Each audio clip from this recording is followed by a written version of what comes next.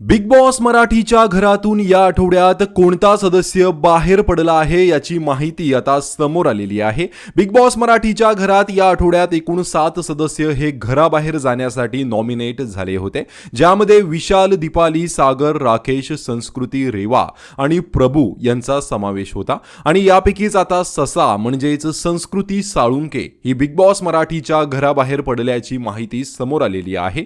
या आठवड्यामध्ये 2 सदस्य हे घराबाहेर जाणार होते, मात्र बिग बॉसने काल अनाउन्स करून सांगितलं की या आठवड्यामध्ये फक्त एकच सदस्य घराबाहेर पडणार आहे आणि घराबाहेर पडलेला सदस्य संस्कृती साळुंके असल्याचं आता समोर आलं आहे।